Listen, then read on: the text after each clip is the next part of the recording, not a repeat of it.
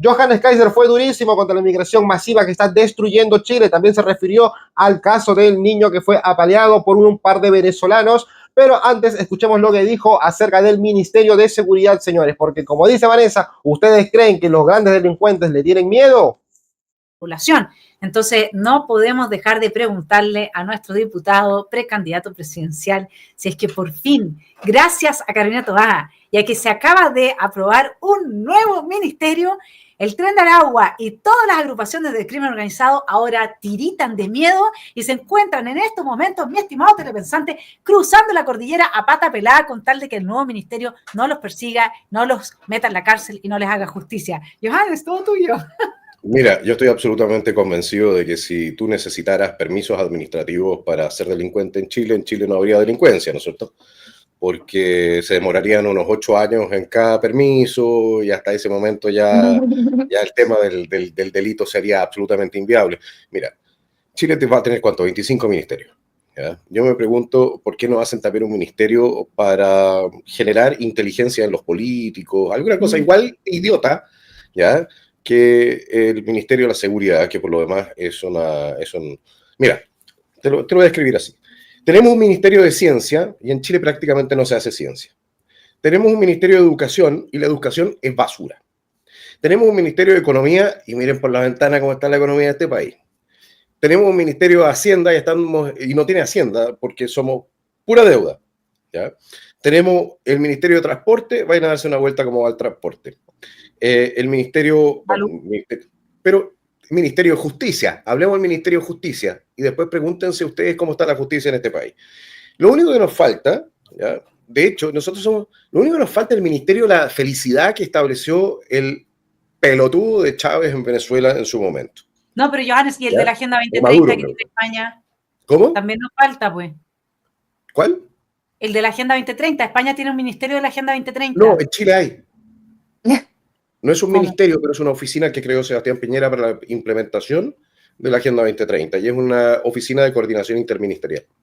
Así que existe. ¿Okay? Y entrando en tema... No es un ministerio, pero... y a todo esto, tenemos un Ministerio de la Mujer y no saben... No pueden definir qué es una mujer. No saben qué es una mujer. Y tienen un presidente acusado de acoso, tienen un ministro acusado de violación y tienen un Ministerio de la Mujer.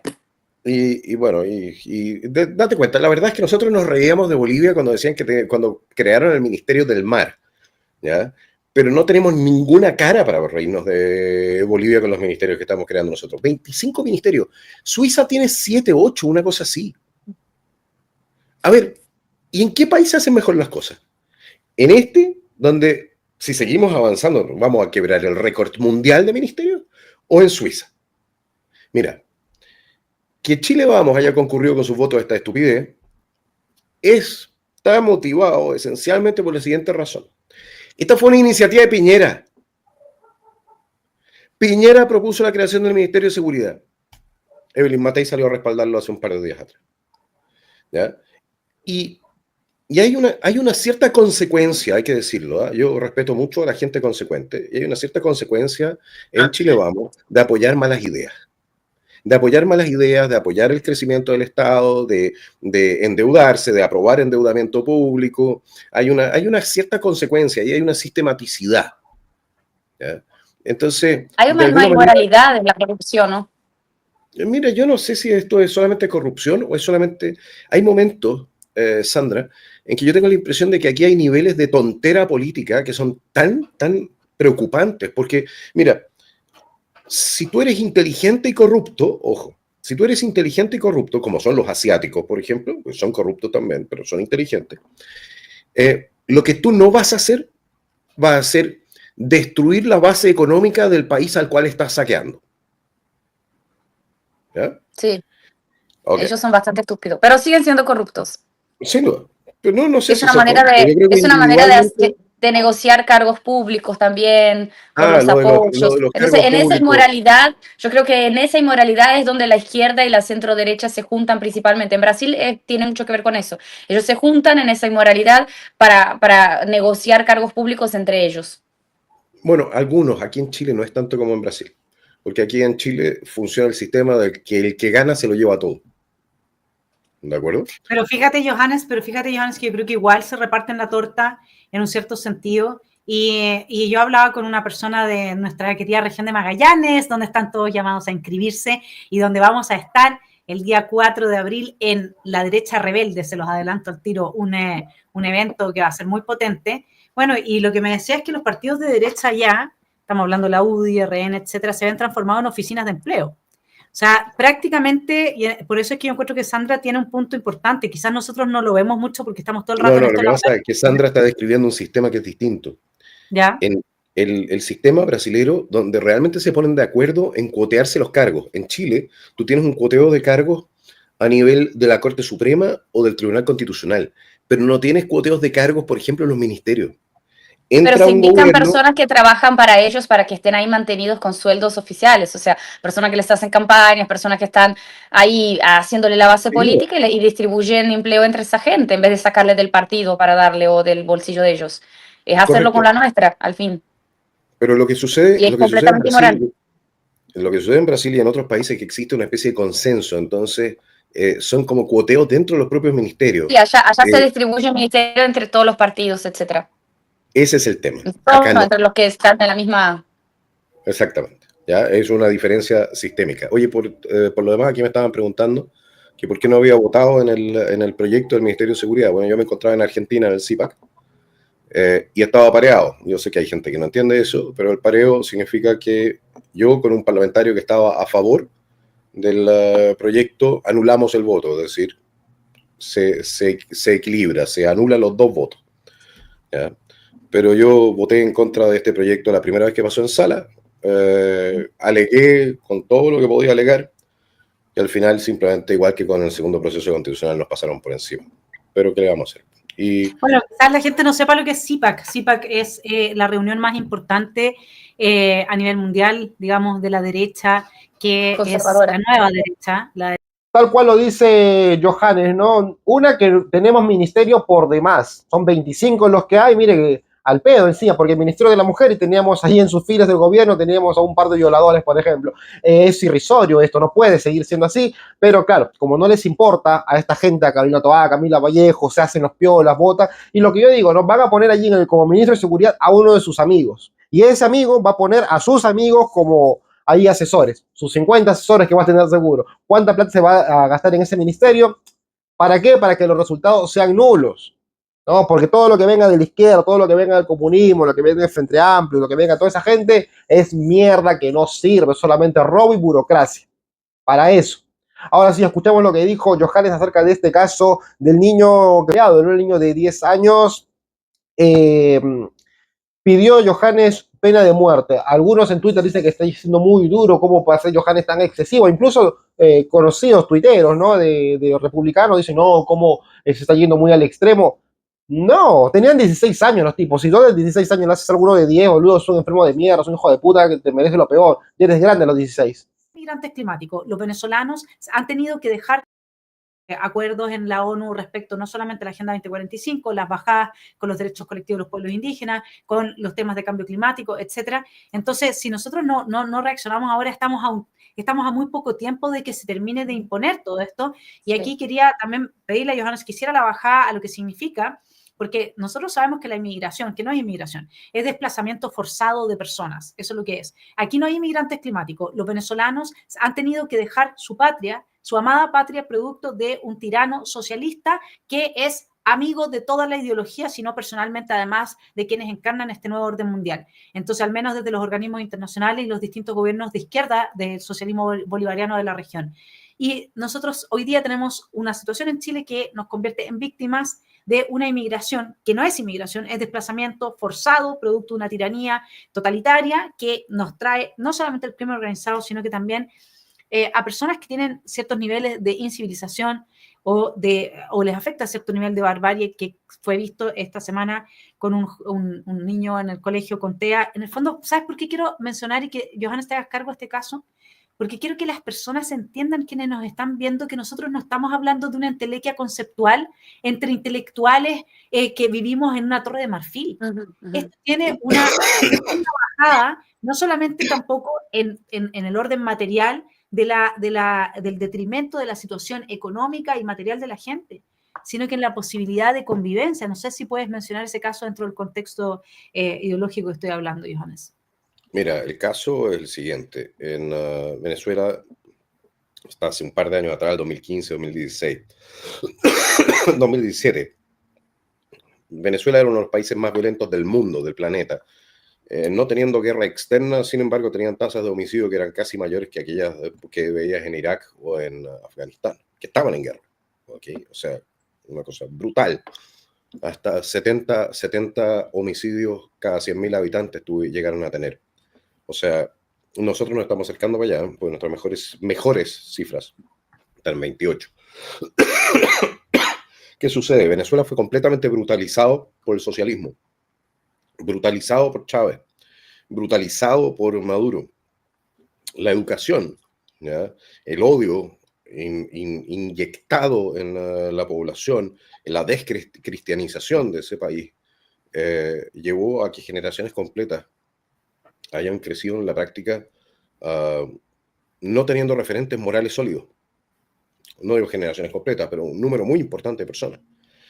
Y eso explica también, aparte de lo que fue el colapso de las estructuras de seguridad de Venezuela, te explica también el inmenso número de personas dispuestas a cometer delitos allá. ¿Okay? Hay un colapso y una implosión social que se traduce en una violencia completamente desconocida en la propia Venezuela de los años 60, 70, 80, 90. Ahora, ¿qué hace Maduro cuando expulsa a sus criminales? En primer lugar, trató de ordenar, o empezó a ordenar el tema en Venezuela con ejecuciones extrajudiciales. ¿Ya? Ojo, porque ahí murieron muchos opositores, sí, pero muchos delincuentes también que eran opositores a las bandas que eran socias del gobierno fueron asesinados. Entre 15 y 18.000 personas murieron en ejecuciones extrajudiciales en Venezuela. Y a aquellos que tenían capturados y a otros, muchos otros, en algún momento se les dice, ¿sabes qué más? Ustedes tienen dos opciones, o salen de Venezuela o los matamos, y váyanse entonces, allá está Chile, ahí están los Estados Unidos, ¿no? Perú, Ecuador, que sufrieron también del mismo tipo de azote que hemos sufrido nosotros. Y yo, me disculparán, pues no conozco las circunstancias más cercanas de los dos delincuentes que atacaron al niño de 10 años. Pero puedo inferir o puedo suponer que hay algo de eso ahí. Los dos tienen 16 años y cometen un delito atroz contra un niño de 10. De 10. Lo empalaron. Literalmente. ¿Qué haces tú con esos dos? Los vas a resocializar. En mi opinión, tienen que pagar el delito como adultos y después tienen que ser expulsados junto con sus familias. Todo aquel que cometa incivilidades en Chile tiene que ser expulsado del país. Todo aquel que no esté dispuesto a someterse a las normas mínimas de convivencia y civilización tiene que ser expulsado del país. Esto no da para más. No da para más. Y si es necesario, entonces, en algún momento aplicar la pena de muerte en Chile, habrá que aplicar la pena de muerte también. Los jovencitos de 16 años van a disculpar, pero siempre dicen, no, es que son niños. No son niños. A los 16 años tú no eres un niño. No eres incapaz, porque esta gente, claro, no tiene una estructura, tiene una visión muchas veces muy utilitarista de lo que es bueno y malo, ¿ya? Pero siguen sabiendo que es malo. ¿Ya? En ningún país del mundo todavía, con excepción quizás de la Camboya de Pol Pot, a un menor de edad lo han convencido de que empalar a un niño chico es una buena idea. Entonces tenemos que hacer una depuración en Chile, tenemos que separar la paja del trigo. Hay gente que llegó de Venezuela y son bellísimas personas. Pero junto con ellos ha llegado literalmente la de esa sociedad y a esa gente no la queremos. Y por eso yo hablo de cerrar la frontera a la inmigración ilegal. Hay un par de personajes, creo que en la radio de Agricultura el día de hoy, que me echaban en cara que quería cerrar la frontera del comercio. Hay que ser un poco más honesto intelectualmente. ¿Ya? Un poco más honesto intelectualmente. Para mentir y comer pescado hay que tener mucho cuidado. Qué manera de ser deshonesto, oye. ¿Ya? Pero volviendo al tema, ¿cómo de otra manera recuperas el control en este país? Si no impides el ingreso de delincuentes, si no impides el ingreso de drogas, si no impides el ingreso de armas, ¿Por qué quieren mantener la frontera abierta? Sí, pero Johannes, yo creo que en eso estamos todos de acuerdo. Sandra, ¿tú quieres agregar algo antes de mí? Es que yo lo que creo que existe en el occidente, no solo en Chile, es una crisis moral que tiene mucho que ver con esa cultura a la que nosotros combatimos, woke, que busca destruir la familia, porque lo que se ve, esa escalada de violencia en las escuelas, a la educación, en realidad, es algo que debería venir de casa. La escuela debería pasar el conocimiento, pero la educación, la empatía, la forma de portarse, todo eso debería estar en la casa. Y aunque hayan familias disfuncionales, que creo que, bueno, son raras las personas que tienen la suerte de tener un papá y una mamá maravillosos, pero nosotros sí deberíamos luchar por eso, sí deberíamos difundir eso, la importancia de la familia. Bueno, yo no la tuve, supe educarme, hubieron personas que me ayudaron, pero cada vez que ellos atacan a la familia con la cultura, con esa cultura de mierda que yo digo, porque no hay otra forma de expresarlo, terminan tornando la sociedad más violenta, más rebelde, más mal educada. Entonces eso también es creo que un pilar de nuestra batalla cultural. Sí, y el crimen está muy asociado a la pérdida de los mínimos civilizatorios. Y al final, lo que pasa frente a lo que tú estás diciendo, Johannes, es que se ha perdido el vínculo con los miembros de tu propia especie. El ama al prójimo como a ti mismo, que es el fundamento de una sociedad cristiana, bajo el cual o en cuyo marco es muy difícil que sucedan las cosas que nosotros hemos estado viendo en Chile y que nunca habían pasado, los casos de canibalismo que vimos hace no tanto tiempo atrás, ¿no es cierto? Las situaciones de crimen diario, digamos, y de los crímenes más atroces y horrendos. O sea, incluso llega a tal punto que los criminales chilenos le tienen miedo a los criminales extranjeros, porque aquí todavía el criminal chileno tenía un mínimo civilizatorio, que iba y te robaba, pero no te hacía daño físicamente o te mataba porque sí, digamos. Entonces, ahí no es tiene donde ese resentimiento. Aquí te matan y después te roban los criminales que han llegado. Y no solamente eso, o sea, evidentemente que si Dominicana, lo mismo. Evidentemente que si uno ve cuál es el vínculo que tiene. Oiga, que es muy cierto eso que dice Vanessa, ¿no? Por ejemplo, el chorro chileno antes cuando te robaba, hacía un tironeo el celular, te quitaba la mochila como que te bolsillaba y no te dabas cuenta en el metro, pero no había este nivel de salvajadas, ¿no? Que te pegan un palo en la cabeza, que te apuñalan directamente para quitarte el teléfono, como el muchacho que lo mataron en Plaza Italia, por ejemplo, ¿no? O al otro chico también, que lo mataron por quitarle la cadena en Providencia, ¿entiendes? O sea, estos ya son demasiado salvajes, un estándar de violencia al cual nosotros no estamos acostumbrados, ¿no? Y los políticos la metieron de prepa, la metieron de fondo allí para que nos jodan la vida, ¿no? Y no tenemos que convivir con ellos, tenemos que estar encerrados a las 7 de la tarde, tenemos que estar yendo con precaución, dando una vuelta, 2 vueltas si no hay ningún auto que me está siguiendo para poder entrar. Muchos ya no quieren comprar auto porque dicen que los pueden matar por robárselos. Tengo un amigo que tiene un buen trabajo, le va muy bien y él siempre quiso tener un auto de alta gama y el otro día me dijo de que ya no lo quería comprar porque capaz se lo podían robar y porque ya se lo podían matar. Miren lo que está pasando, la gente que no puede disfrutar ni siquiera cuando le va bien en la vida, ¿no? Ahora, esa gente que le sigue yendo también después se termina yendo y pierde el país, ¿no? Porque se está yendo una persona que de verdad estaba invirtiendo en Chile, ¿no? Pero a los delincuentes del gobierno justamente quieren de que los que lleguen ahora sean puros parásitos, puras mierdas, puras lacras como los haitianos, un venezolano ignorante, un peruano de la villa de Perú ignorante que no sabe nada, un tren de Aragua, un pulpo, eso quiere que llegue, ¿no?